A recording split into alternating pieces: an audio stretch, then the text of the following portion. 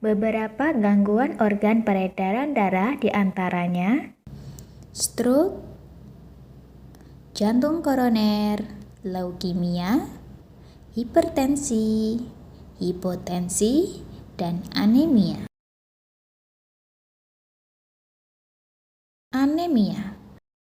Anemia disebabkan karena rendahnya kadar hemoglobin dalam darah. Kurangnya hemoglobin dalam darah mengakibatkan kemampuan darah mengangkut oksigen menurun.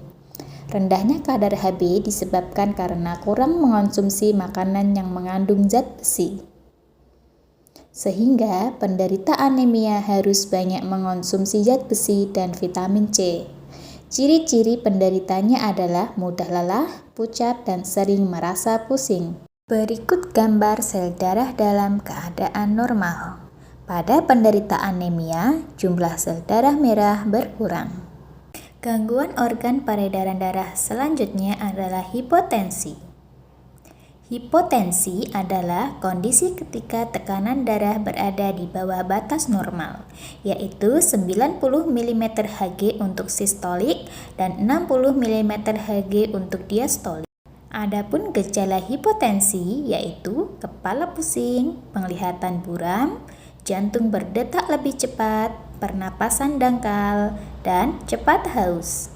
Penyebab hipotensi diantaranya kehamilan, dehidrasi, konsumsi obat-obatan tertentu, penyakit jantung, dan perdarahan. Gangguan organ peredaran darah selanjutnya adalah hipertensi. Hipertensi adalah kondisi ketika tekanan darah berada di atas batas normal, yaitu lebih dari 140 mm Hg untuk tekanan sistolik dan 90 mm Hg untuk tekanan diastolik. Gejalanya yaitu kepala pusing, penglihatan buram, detak jantung tidak teratur, nyeri dada, dan sulit bernapas. Adapun penyebab hipertensi, lanjut usia, kebiasaan merokok, jarang berolahraga, gangguan ginjal, dan kecanduan alkohol. Berikutnya adalah leukemia. Leukemia atau kanker darah adalah penyakit yang disebabkan karena kelebihan sel darah putih yang jumlahnya abnormal. Pada penderita leukemia, sel-sel darah yang belum matang berkembang begitu cepat, hidup lebih lama, dan menyingkirkan sel-sel darah sehat yang terdapat pada sumsum tulang. Gambar tersebut menunjukkan perbedaan sel darah normal dengan sel darah yang terkena leukemia. Selanjutnya adalah jantung koroner. Jantung koroner adalah kondisi ketika pembuluh darah jantung atau arteri koroner tersumbat oleh timbunan lemak darah atau kolesterol.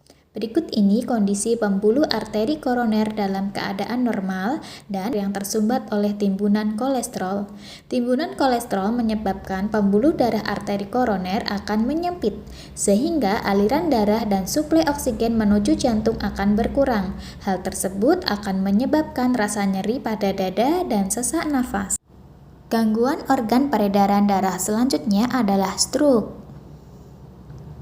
Stroke adalah penyakit yang menyerang bagian saraf pada otak yang disebabkan oleh penyumbatan atau pecahnya pembuluh darah.